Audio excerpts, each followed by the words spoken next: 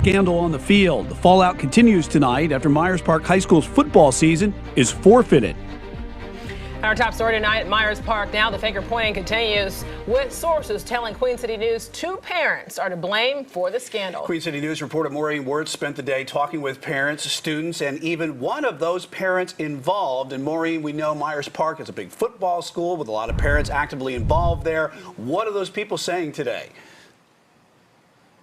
Brian, you can imagine that this is a shock to the students and the families here at Myers Park High School, but not because they didn't know, but rather because they thought it was common knowledge and not that big of a deal. Hi, Steven. We're with Okay, is there any chance you would talk with us at all? Okay, all right. It only took 11 seconds for Steven Lenhoff to kick us off his property. But sources tell Queen City News that Lenhoff and his wife, Carla, recruited football players from California and Texas to Myers Park High School, all to help their son win a state title in the fall of 2021. Football parents we spoke with off camera say it was common knowledge that some of the players weren't from North Carolina.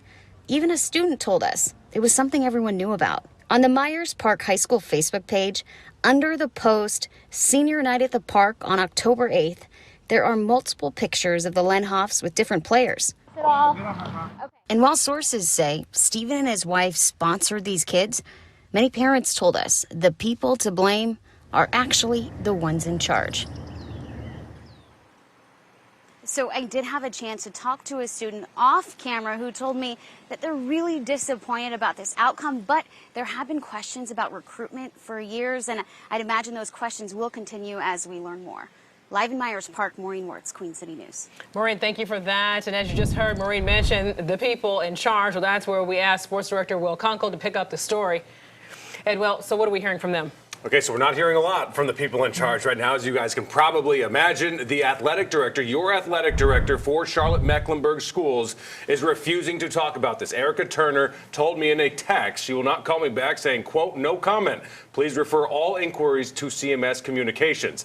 Our source tells us that there were upwards of at least 10 kids living together in a house, not from Charlotte, not from North Carolina, without legal guardians. Here is Lucas Lenhoff, the team's quarterback. You just saw those comments from his father telling QC News to get off of his lawn, talking to QC News during the season about transferring from Los Angeles, California, and being a celebrity here in the Myers Park community. Back home, I was from Los Angeles, California. I played at a Cathedral High School in downtown Los Angeles. And when Corona hit, you know, our head coach back home told us we weren't going to play football this year, and if we did, it was very unlikely. Fortunately, my parents believed in me and the dream, and I moved out to Charlotte, North Carolina to come play high school football. It's way different out here. You're kind of viewed as a celebrity almost in Charlotte, you know, being a high school football player.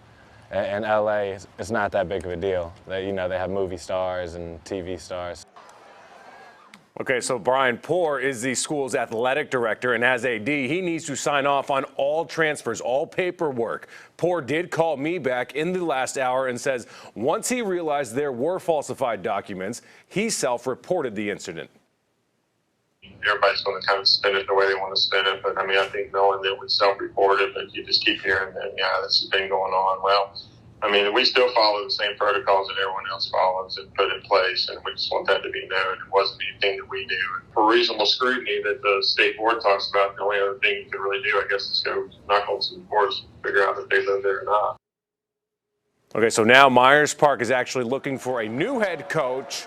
This is going to be after Curtis Fuller left, by the way, for the college game. This will be their 4th head coach in 4 years. Poor says they're looking for a head coach who will put the kids and community first. So as you can see, a lot of moving parts. A lot of moving parts, but also a lot of major overhaul that's going to happen, and with a lot of, I guess, a lot of bad blood over there at the school right now with going into the next football season. Yeah, we'll see if there's overhaul. Time will tell if someone will take action, because frankly, right now, the people in charge outside of the athletic director, Brian Poor, is not talking. Yeah. So if the CMS athletic director refuses to talk, who knows what she's doing behind the scenes. Image rehab for sure. We'll see. And the story, just as you said, I mean, there's so many moving parts of the story, and not that you could answer, but from a parent's perspective, of just the sheer responsibility of these kids. You know, we're talking about kids. Imagine yourself, Brian, jokes aside, at high school, school. living alone, Yes. no parents. Those documents were signed off. I did talk to several parents that were involved in this, Right. and their kids quit the school, the football team, because they were losing spots to these other kids. Yeah, it's typically the tip of the iceberg in a lot of schools. Indeed. Yeah. All right, well, Kunkel, thank you very much.